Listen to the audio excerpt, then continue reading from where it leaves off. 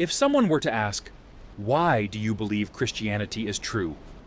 I would say the answer comes down to four big questions. And if the answer to those four questions is yes, then Christianity is true. Those four questions are: 1. Does truth exist? 2. Does God exist? 3. Are miracles possible? 4. Is the New Testament reliable enough to show that Jesus really rose from the dead? Now, I know those are huge questions, and each one could take hours to unpack. But I want to walk through them in a simple, clear way, because I think they build on each other. If the answer to all four is yes, then Christianity is not just a nice tradition or a personal preference. It is actually true. 1. Does truth exist? Let's start with the most basic question. Does truth exist? That may sound obvious at first, but in our culture, it's actually one of the most attacked ideas. People say things like, there is no truth, or you have your truth and I have mine, or all truth is relative.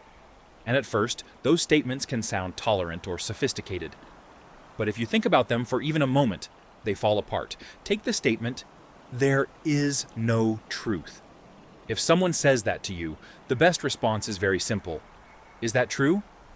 Because if it is true that there is no truth, then the statement itself can't be true.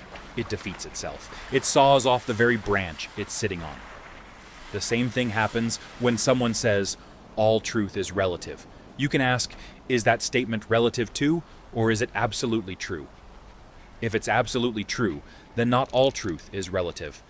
And if it's only relatively true, then why should anyone else believe it? So the problem isn't just that these ideas are wrong. The problem is that they are self-defeating. They collapse under their own weight. The reality is, we all live as though truth exists. We all know there's a difference between truth and falsehood. If your doctor says you have cancer, you don't respond by saying, well, that may be true for you, doctor, but not for me. If your bank account says 0, you don't tell the bank. That's just your interpretation. If someone steals your car, you don't shrug and say, maybe it's true that it was mine. Maybe it's true that it was his. No. We all know truth exists because we live by it every day. And once you admit that truth exists, then the next question naturally follows. What is true about reality? Is there a God? Is atheism true? Is Christianity true?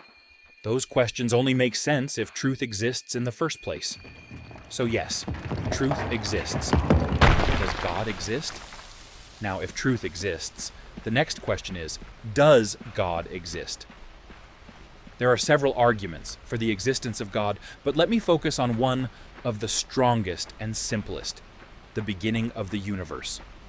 Even many atheists and secular scientists today agree that the universe had a beginning. Space, matter, and time are not eternal. The universe is not infinitely old. It came into existence. Now pause and think about what that means. If the universe had a beginning, then before the universe existed, there was no space, no matter, and no time. So whatever caused the universe to exist cannot itself be part of the universe. It cannot be made of space, matter, and time, because those things didn't exist yet.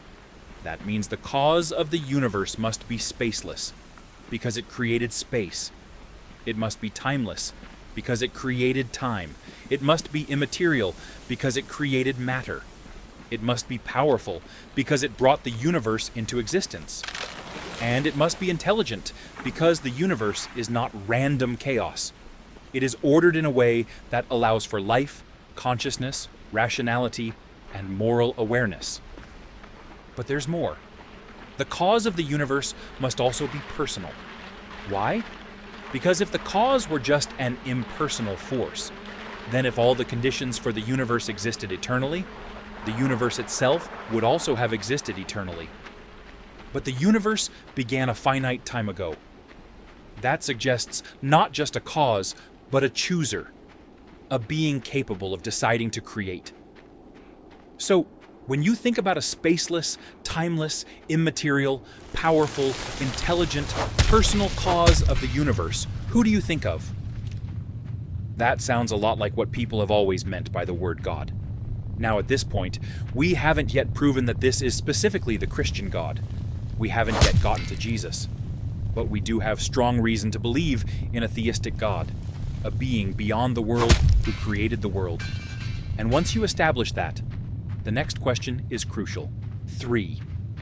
Are miracles possible? Because if God exists, then we need to ask, are miracles possible? Some people say no. They say miracles violate the laws of nature, and therefore miracles cannot happen. But that objection assumes something very important. It assumes there is no God above nature. Think about it this way. If there is no God, then of course miracles are impossible. But if God does exist, if there really is a being who created the universe out of nothing, then miracles are not only possible, they are easy. In fact, the greatest miracle in the Bible has already happened. The creation of the universe itself. That's the miracle behind all other miracles. If Genesis 1:1 is true, in the beginning God created the heavens and the earth, then every other miracle in Scripture is at least possible. Because if God can create the entire universe out of nothing, then what would stop him from acting within that universe?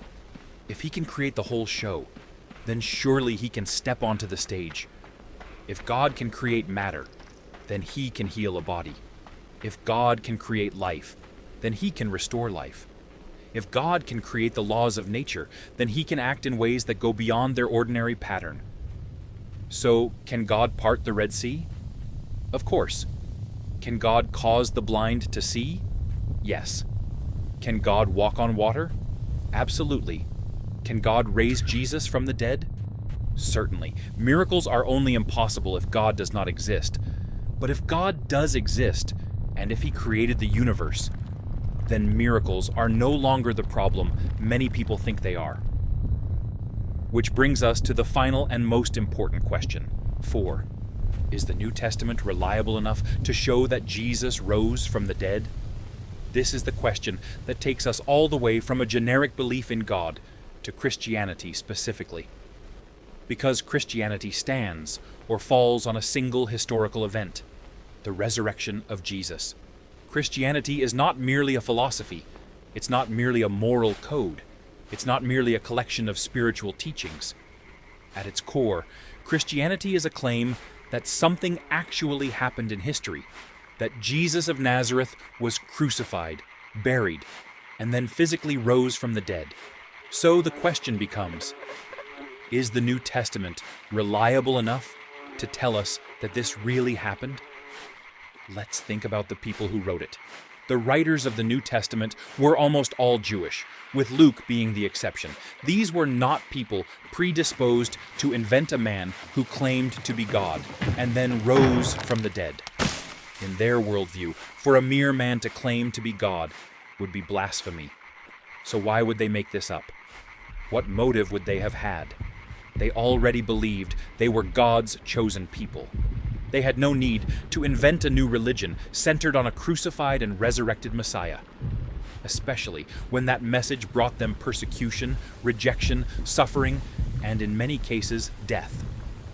People will die for something they believe is true, even if they're mistaken. But these men were in a position to know whether it was true or false. If they had invented the resurrection, they would have known it was a lie. And people do not willingly suffer and die for what they know they themselves made up. There's another point too.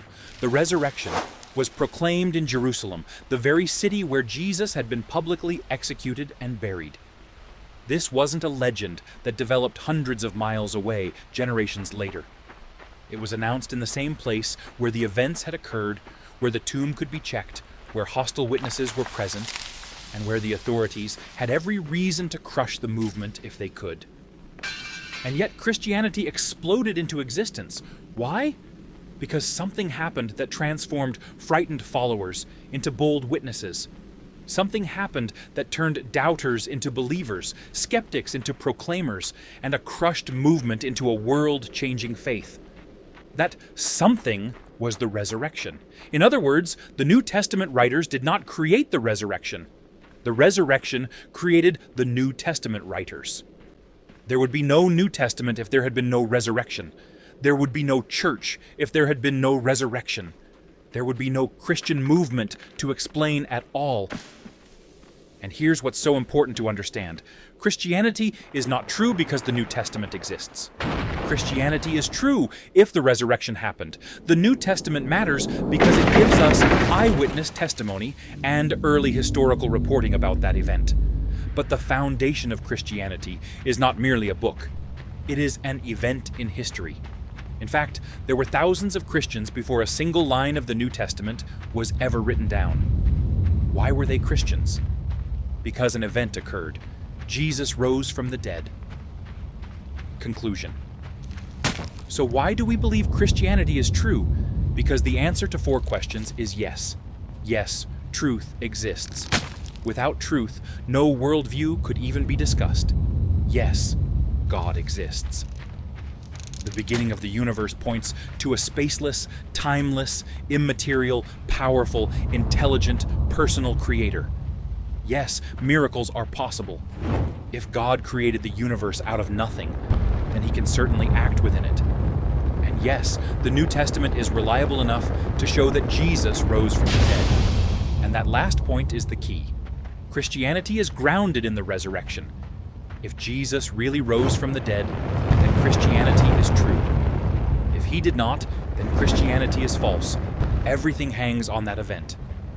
But if God exists, and he does, and if he can create the universe out of nothing, then raising Jesus from the dead is not difficult at all.